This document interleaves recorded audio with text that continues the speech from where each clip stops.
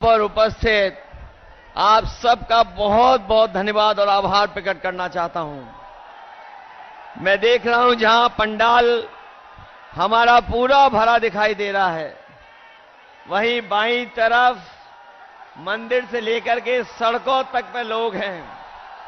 बड़ी संख्या में साथी हैं जो मंच के पीछे हैं, दाईं तरफ हैं। और ये जो उत्साह है और जो जोश दिखाई दे रहा है, ये जोश और उत्साह इस बार परिवर्तन के लिए मतदान करने जा रहा है। और मुझे पूरा भरोसा है कि यहां के लोग इस बार इंडिया गठबंधन के प्रत्याशी कांग्रेस पार्टी के प्रदेश के अध्यक्ष अजय राय जी को अपना एक एक वोट दे करके न केवल जिताने का काम करेंगे बल्कि रिकॉर्ड मतों से उन्हें जिताने का काम करेंगे। मैं जब भी आपके शहर में आता हूं तो मैं सोचता हूं कि मैं काशी में आया हूं कि क्यूटो में आया हूं। अभी तक जब भी हमारे पत्रकार साथी मुझसे सवाल पूछते थे तो मैं एक बात कहता था उनसे कि पूरे उत्तर प्रदेश में एक सीट के अलावा सभी सीटें गठबंधन जीतने जा रहा है।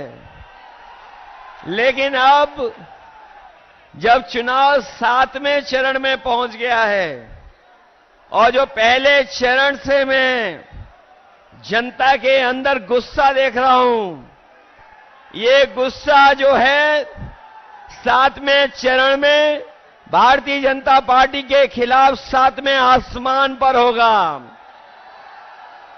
जो बात मैं कहता था कि एक सीट पर लड़ाई में हैं हम लोग, बाकी सब सीटें जीत रहे हैं, लेकिन आज मैं कह सकता हूं कि इस बार का चुनाव ऐसा चुनाव उत्तर प्रदेश का देखने को मिल रहा है कि बीजेपी के लोग जहां क्यूटो को अपनी सीट मान रहे थे, ये भी सीट वो हारने जा रहे हैं।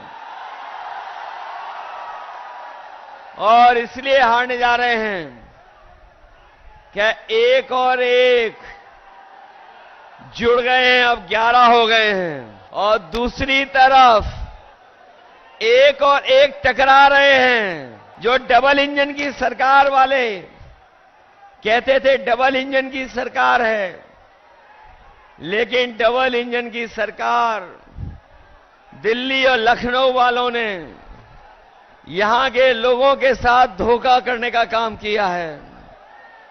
यहां डबल इंजन का इस बार धुआं निकलता हुआ नजर आ रहा है, और अगर धुआं थोड़ा बहुत बचा भी होगा तो ये क्यूटो के लोग मिलकर के दोनों इंजनों का धुआं निकाल देंगे।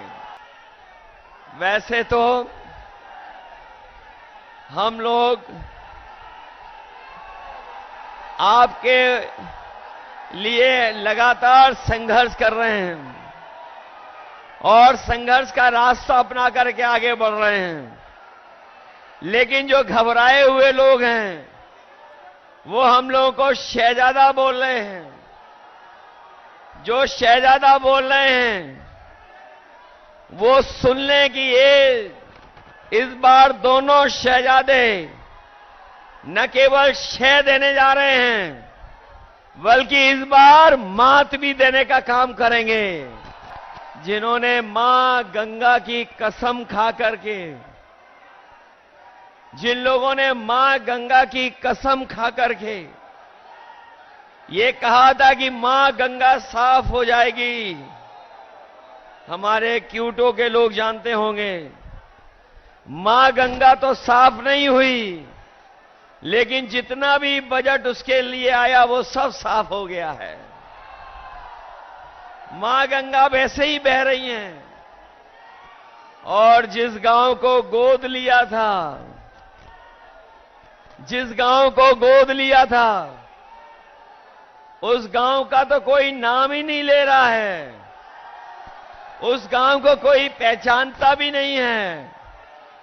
बताओ बीजेपी की सरकार ने धोखा दिया कि नहीं दिया? और जो लोग निवेश के नाम पर बड़े बड़े आयोजन कर रहे थे, बड़े बड़े पंडाल लगवा रहे थे, सजावट कर रहे थे और कहा कि लाखों करोड़ का निवेश आएगा, लेकिन निवेश जमीन पर नहीं पहुंचा।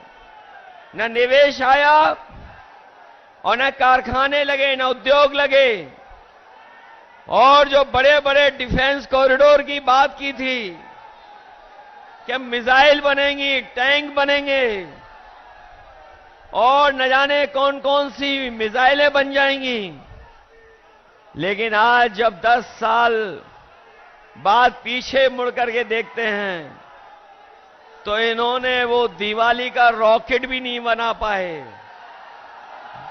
जो लोग डिफेंस कॉरिडोर, डिफेंस के नाम पर इन्वेस्टमेंट लाना चाहते थे, वो दिवाली का रॉकेट तो दूर, बनारस वाले जानते होंगे वो सुतली का बम भी नहीं बना पाए।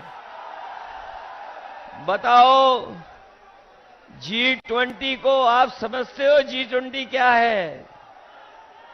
ये जो G20 के आयोजन हुए थे, बनारस में हुआ, देश में हुआ, आप जानते हो G20 का मतलब?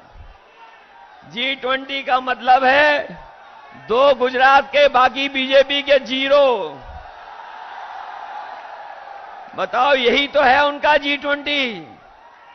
जो लोग कहते थे 400 पार, जो नारा लगा रहे थे 400 पार, अब उन्हें डर सता रहा है 400 हार का। और 400 का गणित समझ में आया। उन्होंने कहा 400 पार, और 400 पार का मतलब हुआ 543 में 400 पार कितनी सीटें हुई? 143 सीटें। तो ये 400 पार केवल 143 सीटें की बात कर रहे थे, और इस बार देश की 140 करोड़ की जनता इनको 140 सीट के लिए भी तरसा देंगे। और अब तो भाषा भी बदल गई। हमारे लखनऊ वाले तो योगा करते डगमगाते थे। हमारे लखनऊ वाले वो जब योगा करते थे तो वो डगमगा। अब तो सुनने में आया है कि काशी के डर से, क्यूटो के हार के डर से उनकी जवान भी डगमगाने लगी है। और कैसी ये देश की जनता उनकी नकारात्मक राजनीति को सुनना नहीं चाहती है, उनकी पुरानी कहानियों को सुनना नहीं चाहती है, उनके घिसे पिटे डायलॉगों, जिन्होंने बहुत कुछ सुनाया और कहा कि अच्छे दिन आएंगे। बनारस वाले जानते हैं उनके अच्छे दिन तो नहीं आए, लेकिन हम इंडिया गठबंधन के लोग आपको भरोसा दिला सकते हैं, जो अच्छे दिन की बात कर रहे थे, अच्छे दिन गठबंधन के लोग आप क्यूटो से जिता देना, हम खुशियों का दिन लेकर के आएंगे। और जो लोग मनमर्जी हैं, मनमर्जी से काम किया, दिन रात हम लोगों को मन की बात सुनाई। देश की जनता मन की बात नहीं सुनना चाहती है, संविधान की बात सुनना चाहती है, संविधान की बात हो। तो इसलिए मैं आपसे कहना चाहता हूं, ये संविधान हमारे अधिकार दिलाता है, यही संविधान हमें अधिकार दिलाता है, यही संविधान हमें न्याय दिलाने का काम करता है, यही संविधान का हमारे आपके लिए संजीवनी है। इसलिए चुनाव में आप लोग मदद करिए हमारे अभी कुछ दिन पहले बड़ा महिलाओं का आयोजन हुआ था, महिलाओं का कार्यक्रम हुआ था। लेकिन यही जो नारी सम्मान की बात कर रहे थे, वो कुछ कुछ याद दिला रहे थे, लेकिन वही प्रधान सांसद जी ये भूल गए कि अगर बीएचयू में जो बेटियों के साथ जो व्यवहार हुआ था, जिन्होंने घटना की थी, वो सब के सब बीजेपी के लोग निकले थे। वो आप जानते होंगे, बीएचयू में घटना करने वाले लोग, जिन्होंने उस बेटी को अपमानित किया, जिसके साथ घटना हुई, अगर कोई पकड़ा गया था तो वो सब के सब बीजेपी के लोग थे। ये भूल नहीं सकता काशी के लोग। इसलिए जहां हम किसानों की मदद करेंगे, वहीं बेटियों की सुरक्षित माहौल कैसे मिले। और हमारे नौजवानों ने वो समय भी देखा है कि जहां पर हर परीक्षा का पेपर लीक हो गया, कोई परीक्षा सरकार नहीं करा पाई, न केवल परीक्षा करा पाई, बल्कि बड़ी संख्या में हमारे पूर्वांचल के नौजवान पक्की वर्दी पहन करके देश की सेवा करने के लिए दिन रात मेहनत करते थे। वो फौज की नौकरी भी इन्होंने आधी अधूरी बना दी। हम अपने नौजवानों को कह के जा रहे हैं, हम समाजवादी लोग और इंडिया गठबंधन के लोग कभी भी अग्निवीर जैसी व्यवस्था को स्वीकार नहीं कर सकते हैं। जब भी सरकार में आएंगे, वही पक्की नौकरी, वही पक्की वर्दी अपने नौजवानों को पहनने का मौका देंगे। न केवल वर्दी अग्निवीर खत्म होगी, बल्कि नौकरियों को बढ़ा करके ज्यादा से ज्यादा फौज में अपने नौजवानों को नौकरी देने का मौका देंगे। इसलिए मदद करिए आप लोग, मदद करोगे सब लोग। ऐसा तो नहीं हो कि ये जो देश और पूरे देश के भाजपा के नेता आ गए हैं, वो अगर मैनेजमेंट करेंगे तो मैनेजमेंट के चक्कर में तो नहीं फंस जाओगे। ये तो पता होगा आपको कि पूरे के पूरे देश के लोग आ गए हैं, देश के लोग आ गए हैं, वो मैनेजमेंट करने पे लगे हुए हैं। और ये भी सुनने में आया है कि ये बूथ तक नहीं पहुंचने दे रहे हैं वोट डालने के लिए। बताओ हमारे नौजवान साथियों, ऐसा तो नहीं है कि बूथ पर नहीं पहुंचोगे आप लोग? घबरा तो नहीं जाओगे आप लोग? चुनाव चिन्ह तो पता है ना आपको? हमारे अपने सभी समाजवादियों से और कांग्रेस के साथियों से अपील है कि ये गठबंधन के प्रत्याशी अजय राय जी हैं और उनका चुनाव चिन्ह क्या है? कांग्रेस का चुनाव चिन्ह है, पंजा की नहीं है। इसलिए मदद करिए इनकी, मदद करोगे सब लोग। ये जो मैनेजमेंट वाला है उससे भी दूर रहोगे कि नहीं रहोगे? अरे जो बदनामी मिली है क्यूटो को, क्यूटो बन गई आपकी कि नहीं बन गई? अगर बिजली किसी ने दी थी तो समाजवादियों ने दी थी। आज बिजली का बिल ज्यादा देना पड़ रहा है। इस शहर को मेट्रो दी थी, वो भी इन्होंने खारिज कर दी, नहीं बना रहे हैं। जो वर्णों को सफाई करने का काम शुरू हुआ था, वो उदाहरण बनता, लेकिन उसको भी रोक दिया। आपको याद होगा, समाजवादियों ने लैपटॉप दिया था इतना बड़ा आपको। जहां होगा वो आज भी चल रहा होगा, उसी की नकल करके इन्होंने भी कुछ दिया है। हम लोगों ने इतना बड़ा लैपटॉप दिया, इन्होंने इतना दे दिया, और इतना रद्दी दिया है कि उंगली घिससे रहो, चलता ही नहीं है। बताओ रद्दी है कि नहीं है? इन्होंने एम्बुलेंस खराब कर दी कि नहीं कर दी? 100 नंबर पुलिस बेईमान बना दी कि नहीं बना दी? मूल आप लेकर आए थे, उसका क्रेडिट ये ले रहे हैं। वो याद है आपको कि नहीं याद है? 100 नंबर जब से 112 हुई है, हमारे खाकी वर्दी पहनने वालों को भी लगता है कि अगर 100 नंबर से 112 सरकार ने कर दिया तो हमें भी अपना रेट बढ़ा लेना चाहिए। बताओ रेट बढ़ा दिया कि नहीं बढ़ा दिया? मुझे याद है, यहां पर लाखों लाख बच्चों को समय पर गरम खाना मिल जाए, उसके लिए हम लोगों ने मॉडर्न किचन, उत्तर प्रदेश में लगवाना शुरू किया था। इस सरकार ने बनारस में तो लगवा दी, वो वही थी जो समाजवादियों ने दी थी। दूसरी नहीं लगा पाए ये किचन, जिसमें बच्चों को हॉट कुक्ड मील मिल रहा है। वो अगर किसी की देन थी तो वो समाजवादियों की देन थी। केवल यही नहीं, बल्कि आपने देखा होगा देश के प्रधान सांसद जी ने एक गुजरात के अमूल का उद्घाटन किया था। वो अमूल का प्लांट बीजेपी की देन नहीं थी।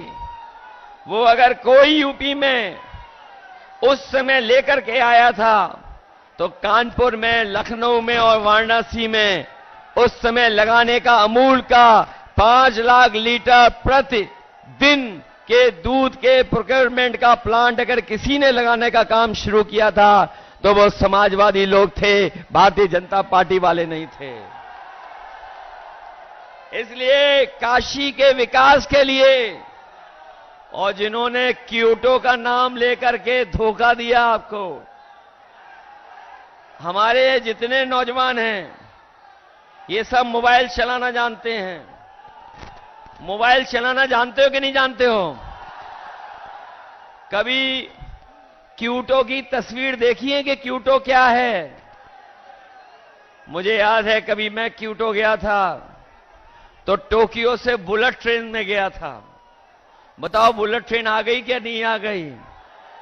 आपकी क्योटो बन गई कि नहीं बन गई? इसलिए आपको जिन्होंने धोखा दिया हो, काशी को जिसने क्योटो बनाने का सपना दिखाया हो और मां गंगा की कसम खा करके मां गंगा को साफ करने का संकल्प लिया हो, बताओ सब धोखा मिला कि नहीं मिला? ऐसी झूठ बात बोलने वालों के लिए, ऐसे झूठे वादे करने वालों के खिलाफ आप लोग मतदान कर देना और अजय राय जी को ऐतिहासिक वोट देकर के उन्हें जिताने का काम करना। यही निवेदन मैं आप सबसे करने आया हूं। मुझे पूरा भरोसा है कि इस बार आप लोग क्योटो का इतिहास बनाओगे। लोग भी और क्योटो वाले भी जान जाएं कि जो क्योटो का सपना दिखाया जा रहा था उन्होंने किसको जिता करके भेजा है। बहुत बहुत धन्यवाद आपका। स्टेज पे इंडिया गठबंधन के वरिष्ठ नेता, हमारे बब्बर शेर, प्यारे कार्यकर्ता इंडिया गठबंधन वाले, ये जो 2 लड़के छत पे खड़े हैं, आप सबका यहां बहुत बहुत स्वागत। भाइयों और बहनों,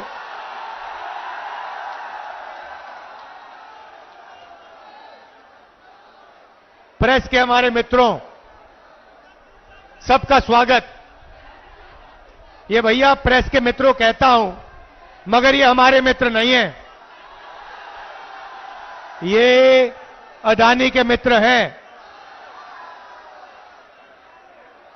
24 घंटा कभी अंबानी जी की शादी दिखाएंगे, कभी नरेंद्र मोदी जी का चेहरा। आपने मोदी जी के इंटरव्यू देखे हैं आजकल? देखे? वो 4-5 चमचों वाले देखे? अखिलेश जी से सवाल पूछते हैं, उल्टे सीधे सवाल पूछते हैं, मुश्किल सवाल पूछते हैं। प्रेस कॉन्फ्रेंस में मेरे से कोई भी सवाल पूछ लेते हैं, मगर नरेंद्र मोदी जी के इंटरव्यू में 4 चमचे बैठते हैं और नरेंद्र मोदी जी से पूछते हैं, प्रधानमंत्री जी आप आम कैसे खाते हो? आप आम को छुरे से काट के खाते हो, छील के खाते हो या फिर चूस के खाते हो? नरेंद्र मोदी जी कहते हैं, थोड़ी देर सोचकर ऐसे ऊपर की ओर देख के कहते हैं, मैं कुछ नहीं करता हूं, मैं बाकी हिंदुस्तानियों जैसे बायोलॉजिकल नहीं हूं, मैं हिंदुस्तानियों जैसे बायोलॉजिकल नहीं हूं, मुझे ऊपर से परमात्मा ने भेजा है। हम सब बायोलॉजिकल, नरेंद्र मोदी परमात्मा जी ने भेजा है मिशन पर। अच्छा, मिशन कौन सा? नरेंद्र मोदी जी के अजीब से परमात्मा हैं। वो अदानी जी का काम करवाते हैं, अंबानी का काम कराते हैं, अरबपतियों का काम कराते हैं, बनारसी साड़ी जो बनाते हैं, बनारसी पान जो बनाते हैं, उन पर जीएसटी लगा देते हैं, यहां गरीब किसानों की जमीन छीन लेते हैं। नरेंद्र मोदी जी, ये आपके जो परमात्मा है, ये कैसे परमात्मा है? अगर सचमुच में परमात्मा होते तो गरीबों की मदद करवाते, कमजोर लोगों की मदद कराते, अदानी अंबानी की सरकार नहीं चलाते। भाई और बहनों, 16 लाख करोड़ रुपया, 16 लाख करोड़ रुपया अरबपतियों का नरेंद्र मोदी जी ने माफ किया है। मैं आपसे सवाल पूछना चाहता हूं। कुछ दिन पहले पूना में अमीर घर के बच्चे ने, 16 साल 17 साल के बच्चे ने करोड़ों रुपए की गाड़ी चलाकर, पोर्श गाड़ी चलाकर 2 लोगों की हत्या की। कोर्ट ने उस बच्चे को कहा कि 300 शब्द का तुम ऐसे लिखो। मैं आपसे पूछना चाहता हूं, अगर बनारस का कोई स्कूटर वाला, ऊबर वाला, टेम्पो वाला किसी को गलती से मार देता है तो कोर्ट उससे 300 शब्द का ऐसे क्यों नहीं लिखवाता है? अमीर घर का बेटा लोगों को मारता है, उससे कहते हैं 300 शब्द का ऐसे लिखो, और गरीब घर का बेटा किसी को मारता है, गलती से मारता है, ऑटो रिक्शा चलाते हुए मारता है, ट्रक चलाते हुए मारता है, बस चलाते हुए मारता है, तो उससे कहते हैं ये लो 10 साल की जेल काटो, और चाबी उठा के फेंक देते, हथकड़ी लगा देते हैं। यह है नरेंद्र मोदी का हिंदुस्तान, अरबपतियों का। इसमें गरीबों से बिना पूछे जमीन ली जाती है, सही रेट नहीं दिया जाता, अरबपतियों का कर्जा माफ होता है, गरीबों पर जीएसटी लगता है, और जो भी सपना अमीर लोग देखना चाहते हैं देख सकते हैं, और गरीब लोग गरीबी में फंसे रहते हैं। उन्हीं चमचों ने नरेंद्र मोदी जी से सवाल किया, कहते हैं नरेंद्र मोदी जी, कहा जा रहा है कि हिंदुस्तान में अमीर लोग अमीर होते जा रहे हैं और गरीब लोग गरीब होते जा रहे हैं, इसके बारे में आप क्या सोचते हो? नरेंद्र मोदी जी ने 20-25 सेकंड सोचा, ऐसे सोचा,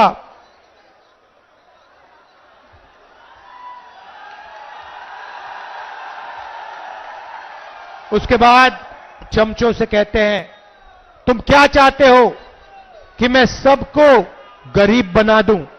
नहीं नरेंद्र मोदी जी, हम चाहते हैं कि जो सुविधाएं अमीर लोगों को मिले वो गरीबों को मिले।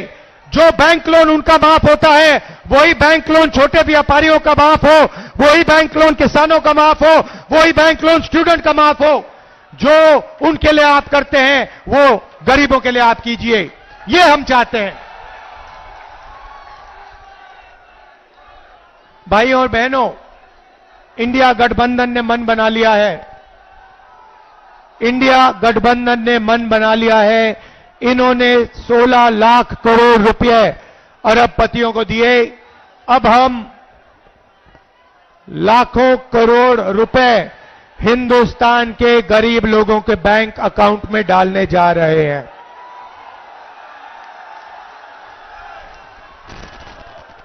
महालक्ष्मी योजना, हिंदुस्तान के सारे गरीब परिवारों की लिस्ट बनेगी। हर परिवार में से एक महिला का नाम चुना जाएगा। इस पवित्र काशी में लाखों लोगों के नाम इस लिस्ट पे आएंगे। जिनकी जमीन छीनी गई है उन परिवारों के नाम इस लिस्ट पे आएंगे। जिन पर गलत जीएसटी लगाई गई है उन परिवारों के नाम इस लिस्ट पर आएंगे। बेरोजगार युवाओं के परिवारों के लिस्ट के नाम परिवारों के लिस्ट पे आएंगे। और फिर 5 जुलाई को आप अपना बैंक अकाउंट सुबह देखोगे। काशी में लाखों परिवार अपना बैंक अकाउंट चेक करेंगे और हिंदुस्तान इंडिया की सरकार ने आपके बैंक अकाउंट में खटाक से 8,500 रुपए डालने हैं। जुलाई में 8,500, अगस्त 8,500, सितंबर 8,500, अक्टूबर, नवंबर, दिसंबर, जनवरी 8,500। खटाखट खटाखट खटाखट खटाखट अंदर लाखों करोड़ रुपए हम आपको देने जा रहे हैं। यहां जो किसान हैं, आपकी इन्होंने जमीन छीनी। हम जमीन अधिग्रहण बिल लाए थे, नरेंद्र मोदी ने रद्द किया। हमें धमकाया कि इस बिल के लिए नहीं लड़ो। हम लड़े, मगर तब भी इन्होंने स्टेट लेवल पे इस बिल को रद्द किया। हम आपकी जमीन की रक्षा करेंगे, आपको सही रेट दिलवाएंगे। और काशी के किसानों, आप अच्छी तरह सुन लो, हम आपका कर्जा माफ करने जा रहे हैं। और पहली बार काशी के किसानों को कानूनी मिनिमम सपोर्ट प्राइस मिलने जा रही है। सही दाम मिलेगा आपको अनाज के लिए, धान के लिए, शुगर केन के लिए, आलू के लिए, जो भी आप उगाते हो उसके लिए आपको मिनिमम सपोर्ट प्राइस कानूनी मिलेगी। भाई और बहनों, पहली बार बनारसी साड़ी वालों पर, बनारसी पान बनाने वालों पर जीएसटी लागू की है। हम इनकी जीएसटी को बदलने जा रहे हैं, सरल जीएसटी बनाएंगे, एक जीएसटी होगी। और जो मेहनत करते हैं, जो दलाली नहीं करते हैं, उनके फायदे की जीएसटी होगी। छोटे व्यापारियों की, बनारसी पान बनाने वालों की, बनारसी साड़ी बनाने वालों की जीएसटी हम बना के आपको दे देंगे। मजदूरों को आज मनरेगा में 250 रुपए, जून 4 के बाद 400 रुपए। आंगनवाड़ी आशा महिलाओं को जितनी आमदनी मिलती है उसको हम डबल कर देंगे, उसका दुगना आशा और आंगनवाड़ी की महिलाओं को मिलेगा। भैया ऊपर से गिर मत जाना, गिर मत जाना, ध्यान से। अब मैं बात करना चाहता हूं देश के युवाओं की। नरेंद्र मोदी जी ने सेना का और हिंदुस्तान के देशभक्त युवाओं का अपमान किया। पहली बार उन्होंने जवानों को मजदूर बनाया। भाई और बहनों, अग्निवीर योजना को इंडिया की सरकार रद्द करने जा रही है। इस योजना को 4 जून के बाद इस योजना को हम ऐसे फाड़ कर कूड़ेदान में फेंकने जा रहे हैं। एक तरीके का जवान होगा, सबको शहीद का दर्जा मिलेगा, सबको कैंटीन मिलेगी, सबको पेंशन मिलेगी। हम ये अग्निवीर योजना नहीं चाहते हैं।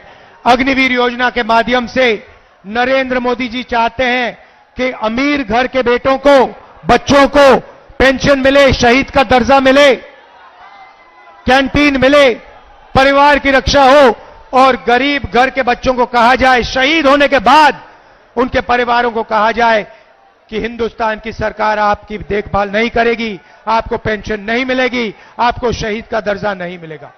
ये योजना बेकार की योजना है, नरेंद्र मोदी जी की योजना है। इसको हम खत्म करने जा रहे हैं, कूड़ेदान में फेंकने जा रहे हैं। बेरोजगार युवाओं को हमारा पहला काम 30 लाख सरकारी नौकरी देने का होगा। खाली पड़ियां आपके हवाले कर देंगे।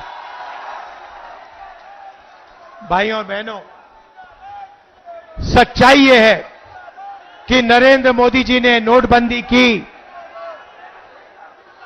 युवाओं से रोजगार छीना, छोटे व्यापारियों को खत्म किया, स्मॉल मीडियम बिजनेस खत्म किया, अरबपतियों को फायदा पहुंचाया। युवाओं को हम पहली नौकरी पक्की योजना देने जा रहे हैं। बैंक में खटाखट 8,500 रुपए, साल का 1 लाख रुपए, बेहतरीन ट्रेनिंग, 1 साल की नौकरी, बैंक अकाउंट में 1 लाख रुपए, प्राइवेट सेक्टर, पब्लिक सेक्टर, सरकारी अस्पताल, सरकारी कॉलेज, सरकारी ऑफिसेज में। हिंदुस्तान को बदलने की 2 योजनाएं हैं। पहली नौकरी पक्की, महालक्ष्मी योजना। भाइयों और बहनों, इसके पीछे सोच है। उन्होंने अरबपतियों के बैंक अकाउंट में पैसा डाला, अरबपतियों ने इस पैसे को अमेरिका में, जापान में, दुबई में खर्चा। हम आपके बैंक अकाउंट में पैसा डाल रहे हैं, आप इसको काशी में, वाराणसी में, उत्तर प्रदेश में, बाकी प्रदेशों में खर्च करोगे, शहरों में, गांव में खर्च करोगे। T shirt, shirt, pant, mobile phone, जूते, मोटरसाइकिल, स्कूटर, मोबाइल फोन, ये चीजें खरीदोगे। जैसे ही आप ये प्रोडक्ट्स खरीदना शुरू करोगे, वैसे ही हिंदुस्तान की अर्थव्यवस्था शुरू हो जाएगी।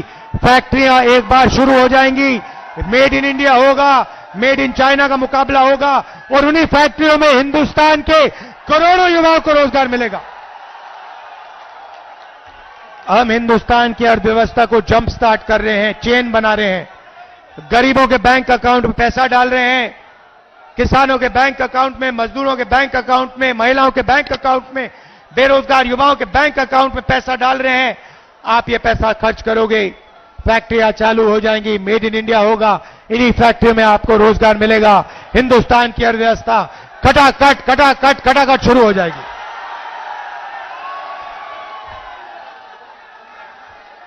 भाई और बहनों, अब अच्छी तरह सुनो, मैं आपको एक बात बताना चाहता हूं। नरेंद्र मोदी जी ने और बीजेपी के लोगों ने जिंदगी की सबसे बड़ी गलती की है। दलित भाइयों, पिछड़े भाइयों, आदिवासी भाइयों और बहनों, नरेंद्र मोदी जी ने और उनके नेताओं ने खुलकर अंबेडकर जी के कॉन्स्टिट्यूशन पर, अंबेडकर जी के संविधान पर आक्रमण किया है। उनके नेताओं ने साफ कह दिया है कि अगर वो चुनाव जीतेंगे तो अंबेडकर जी के कॉन्स्टिट्यूशन को, अंबेडकर जी के संविधान को वो फाड़ के फेंक देंगे। एक नेता ने नहीं कहा, अनेक नेताओं ने कहा है। वो इस किताब को, आपके भविष्य को, आपके दिल के भावनाओं को रद्द करना चाहते हैं, फाड़ के फेंकना चाहते हैं। ये इनकी जिंदगी की सबसे बड़ी गलती है। मैं इनसे कहना चाहता हूं, ये संविधान अंबेडकर जी ने दिया, गांधी जी ने दिया, नेहरू जी ने दिया, और हिंदुस्तान की जनता ने, पिछड़ों ने, दलितों ने, आदिवासियों ने, किसानों ने, मजदूरों ने दिया। इस पर आपने आक्रमण किया, ये आपकी जिंदगी की सबसे बड़ी गलती है। मैं काशी की जनता को कहना चाहता हूं, इस संविधान को कोई शक्ति नहीं छू सकती। नरेंद्र मोदी छोड़ो, कोई पैदा नहीं हुआ है दुनिया में जो इसको छू सकता है, इसको फाड़ सकता है। भाइयों और बहनों, मैं आपको एक बात कहना चाहता हूं, एक बात समझिए और आप ये लिख के ले लीजिए। कहा जा रहा है, मीडिया में कहा जा रहा है कि अजय राय जी, नरेंद्र मोदी हिंदुस्तान के प्रधानमंत्री से लड़ रहे हैं। अजय राय जी आइए आगे। काशी की जनता, मैं आपको एक बात बताना चाहता हूं, ये लड़ाई गरीबों और अरबपतियों के बीच में लड़ाई है, और अब मैं जो कह रहा हूं, यह अच्छी तरह सुन लीजिए। ये चुनाव अजय राय जी और प्रधानमंत्री को चुनने का चुनाव नहीं है, क्योंकि नरेंद्र मोदी जी प्रधानमंत्री नहीं बन रहे हैं। इस चुनाव में मुकाबला है नरेंद्र मोदी जी और अजय राय जी के बीच में मुकाबला है। मगर मैं आपको गारंटी कह के कह रहा हूं कि इस देश के प्रधानमंत्री 4 जून को नरेंद्र मोदी जी नहीं होंगे। इसीलिए यह चुनाव प्रधानमंत्री कैंडिडेट और अजय राय के बीच में नहीं है। यह चुनाव सिर्फ नरेंद्र मोदी जी और अजय राय जी के बीच में है। और मैं गारंटी कह के कह रहा हूं कि जबरदस्त लड़ाई है और इस लड़ाई को अजय राय जी जीत भी सकते हैं, भारी बहुमत से जीत सकते हैं। क्योंकि ये लड़ाई बनारस के ऑटो रिक्शा वाले, बनारसी साड़ी बनाने वाले, बनारस के किसानों, मजदूरों, गरीब लोगों के बीच में है। ये लड़ाई दलित, आदिवासी, पिछड़ा वर्ग, गरीब जनरल कास्ट और अरबपतियों के बीच में है। इन अरबपतियों ने आपसे सब कुछ छीना। सब कुछ पिछले 10 साल नरेंद्र मोदी जी ने इनको दिया। आपके एयरपोर्ट, आपके पोर्ट, आपका इंफ्रास्ट्रक्चर, सड़क के कॉन्ट्रैक्ट, डिफेंस इंडस्ट्री, अग्निवीर योजना अदानी जी के लिए बनाई गई है, हिंदुस्तान के जवानों के लिए नहीं बनाई गई है। तो याद रखिए जो मैंने कहा है, ये चुनाव, ये जो वाराणसी का चुनाव है, इस चुनाव में हमारे कैंडिडेट अजय राय जी जीत हासिल करेंगे। आप सबका दिल से धन्यवाद। समाजवादी के कार्यकर्ता, कांग्रेस पार्टी के कार्यकर्ता, इंडिया गठबंधन के कार्यकर्ता